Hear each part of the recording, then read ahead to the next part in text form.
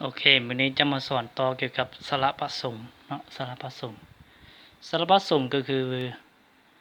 จะมีตัวสระอาบวกสระอีเนาะจะกลายเป็นสระแอเนาะวันนี้ตัวสระยาบวกสระอีกลายเป็นสระแยเนาะวันนี้ตัวที่3คือสระอบวกสระอีเป็นสระเอนะสระยอบวกสระอีเป็นสระเยนะวันนี้ตัวที่5คือสระโอสระอาเป็นสระวาเนาะตัวที่6คือสระโอบวกสระหยังสระแอบ่กลายเป็นสระแวเนาะตัวที่7คือสระอบวกให้กับสระอีเนาะสระสระอีกลายเป็นสระเวตัวที่8เนาะตัวที่8คือสระอูบวกสระกลายเป็นสระวตัวที่9สระอูบวกสระหยังสระแอมันบ่จะกลายเป็นสระอูเว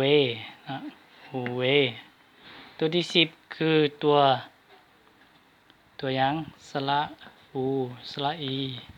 กลายเป็นสระวีนะตัวสุดท้ายคือสระอือกับสระอีกลายเป็นสระอุยนะสระอุย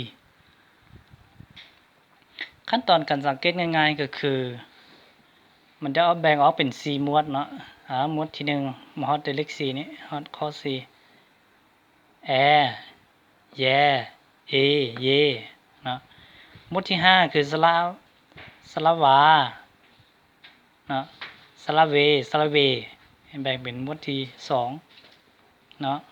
หมวดที่3มาฮอดนี้สังเกตยังไงตัวนี้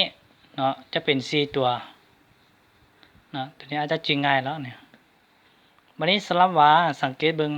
สระโอเห็นบ่สระโอ3ตัว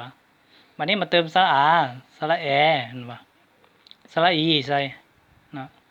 ตัวนี้ขึ้นต้นสระโอตัวนี้จะลงขึ้นต้นด้วยสระอูเนี่ยอูเห็นบ่สระหยังสระสระแอสระอีนี่มันจะเป็นสระวอูเววีเนาะตัวสุดท้ายคือสระอุยคือสระอือกับสระอีเนาะประกอบมาเป็นสระอุยเอาย้ำคืนอีกทีนึงแอแยเอเยวาแวเววอุเววีอุยเนาะเอาสระผสมของภาษาเกาหลีจะมีเท่านี้เนาะสบายดี